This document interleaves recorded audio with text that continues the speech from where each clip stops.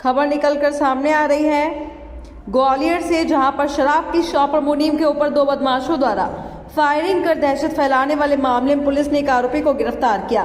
Firing में इस्तेमाल बंदूक लाइसेंसी थी, जिसको पुलिस बंदूक के लाइसेंस को नष्ट करने की प्रक्रिया में जुट गई है।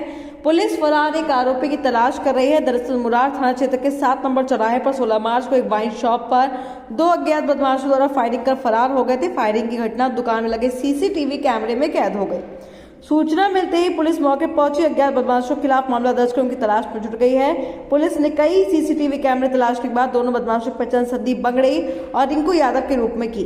पुलिस ने संदीप को बस स्टैंड से पास से पकड़ लिया, जो कि कंपू का रहने वाला है। पकड़े गए बदमाश से पूछताछ में बताया कि वाइन शॉप के मालिक से किसी बात को लेकर कुछ दिन पहले विवाद हो गया था, जिसको लेकर वह अपने साथ एक अन्य साथी रिंकू और हरेंद्र यादव के साथ जान से मारने की नियत और दहशत फैलाने के उद्देश्य से 7 नंबर चौराहे पर बनी अंग्रेजी वाइन शॉप पर मुनीम पर फायरिंग करना बताया।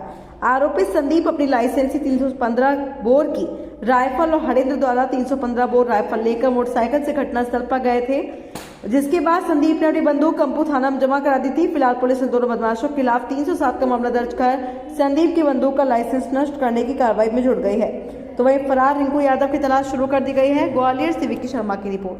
देखिए, मुरार थाना क्षेत्र के 7 नंबर चौराहे पे लेट नाइट एक शराब दुकान के सामने फायरिंग की घटना हुई थी। जिस प्रकार से घटना हुई है बहुत ही चुनौतीपूर्ण थी, बहुत ही संवेदनशील थी। पब्लिक प्लेस पे इस प्रकार की टारगेटेड फायर होना एक बड़ा अपराध था। इस घटना में थाना प्रभारी मुरार और उनकी टीमें लगातार काम कर रही थी और क्राइम ब्रांच की जो हमारी साइबर की टीम है वो भी टेक्निकल सपोर्ट लगातार दे रही थी। पूरे ऑपरेशन में बड़ी संख्या में सीसीटीवी कैमरे के फुटेज एनालाइज किए गए, टेक्निकल डाटा एनालाइज किया गया। अब पूरी कार्रवाई के दौरान इसमें एक मुख्य आरोपी जो संतोष है, संतोष कंपू का रहने वाला है, उसको गिरफ्तार किया है। संतोष घटना के समय अपनी मोटरसाइकिल को ड्राइव कर रहा था और उसके कस्टडी में उसकी खुद की लाइसेंसी बंदूक भी थी। जिस हथियार से फायरिंग हुई है वो हथियार रिंकू के पास था। रिंकू यादव और हरेंद्र, ये भी जनकगंज का क्रिमिनल है। इसके द्वारा किसी व्यक्ति की लाइसेंसी बंदूक का उपयोग किया गया है।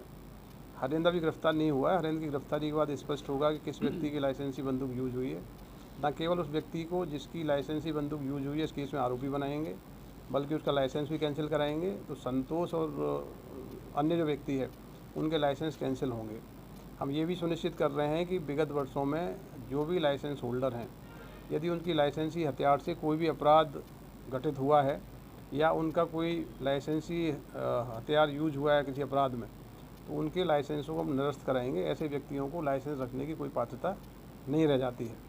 तो ये इम्पोर्टेंट केस था, एक चैलेंजिंग केस था। उसके लिए हमारी पूरी क्राइम ब्रांच की टीम, हमारा थाना प्रभारी मुरार, उनकी टीम निश्चित रूप से बधाई का पात्र है कि इस प्रकार से आप अपना चेहरा कवर करके अचानक से आते हैं और क्राइम करके चले जाते हैं, तो पुलिस उनको भी क्षमता रखती है, उनको पकड़ेगी भी और उनको अंजाम तक पहुंचाएगी। सर, विवाद की मुख्य वजह क्या थी? दोनों आरोपी अलग अलग थाना क्षेत्र में रहने वाले और मुरार में आकर उन्होंने फायर किया है।